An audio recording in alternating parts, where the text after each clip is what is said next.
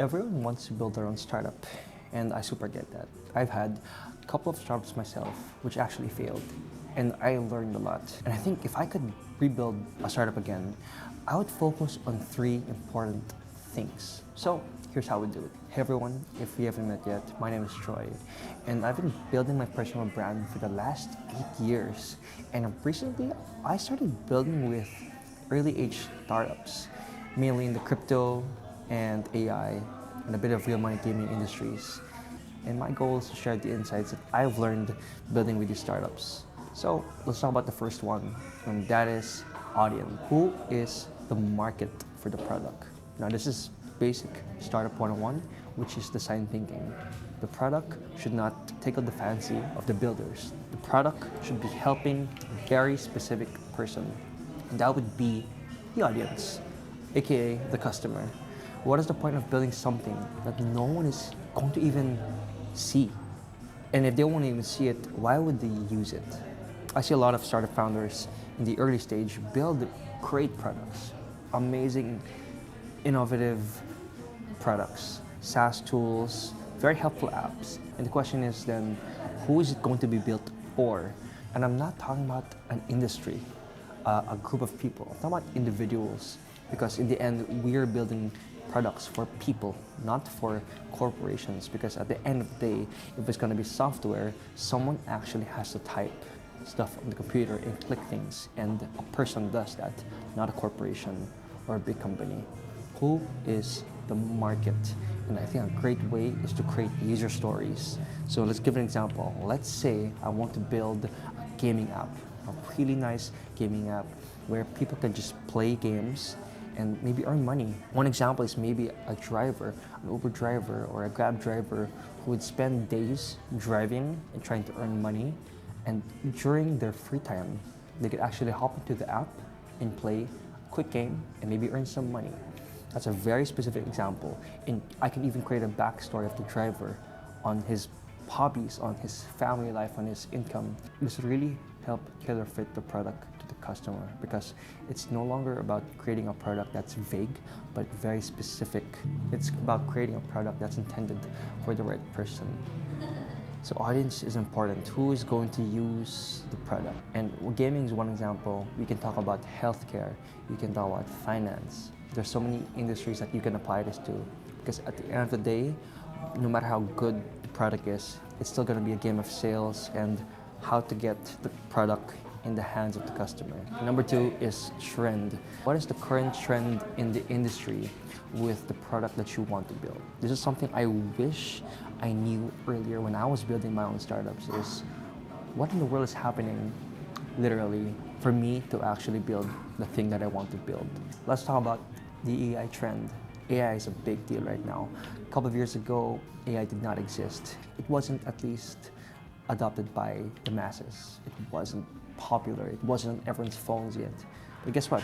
You look around you got ChatGPT, you got Cloud, you got Gemini, AI, all these different AI models, and it's such a big deal now because the trend changes pretty quickly. So what is the trend, at least in that particular market, country, or industry, to make you actually build it? And it's not about making it, it's actually putting you in a place or forcing you to build it, because if you don't build it, someone else is going to build it. That's kind of how I see it. And I've talked to many founders who are really building on the trend. And sometimes it's a great idea, sometimes it's a bad idea. I've seen startups fail building on a trend with no basis. And one example maybe could be crypto. If you were so bullish on crypto and you want to start your own crypto exchange, your own NFT platform, you actually might have a hard time, because that trend inside crypto, there's a lot more elaborate trends inside crypto that change pretty rapidly, so you might find yourself in quicksand. Versus building on actual good trends, maybe like AI, maybe like medtech, there are different industries that you want to build on. So it really depends on the research that you're doing. But for me, I understand that trend is important because it determines how much people are going to flock towards it. Which leads me to my last point, which is demand. How big is the opportunity to earn? Now, as a startup, startups are really meant to be businesses. And one can argue that maybe a startup is there to solve problems. That's great. But in order to solve problems, there has to be some sort of support. There has to be some sort of way that these startups can earn money. And that would be maybe the business model of a startup. So the demand there requires maybe numbers. You'll have your projection sheet. You'll have people like giving their opinions, their pre-valuation numbers about, oh, your startup's going to be this big. That's important because it can attract investors, and at the same time, it can just bring more traction. And really, if you combine these three, the common denominator here is traction for the product. If you have the right audience and you're building at the right time, and the numbers are good, the money is there, there's cash flow, you can actually build a really good product because you are building it no longer for yourself, you're actually building something that people would actually need. So the goal there isn't just to build things for the heck of it, and that's more of a hackathon thing, but the goal there is to build something that people can actually love.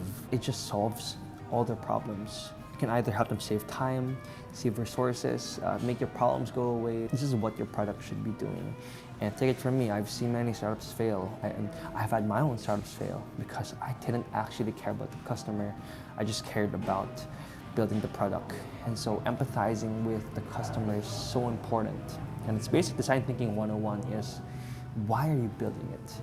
Why are you building the product if you don't understand who you're building it for? There is no point. It's like writing a book for everyone to read. If you try to write a book for everyone, if you try to make a speech for everyone, then you are writing a speech, you are writing a book for no one. And that's the most important part of building a startup. And take it from me, I've had many failed startups, and I've seen and I've built with multiple failed startups.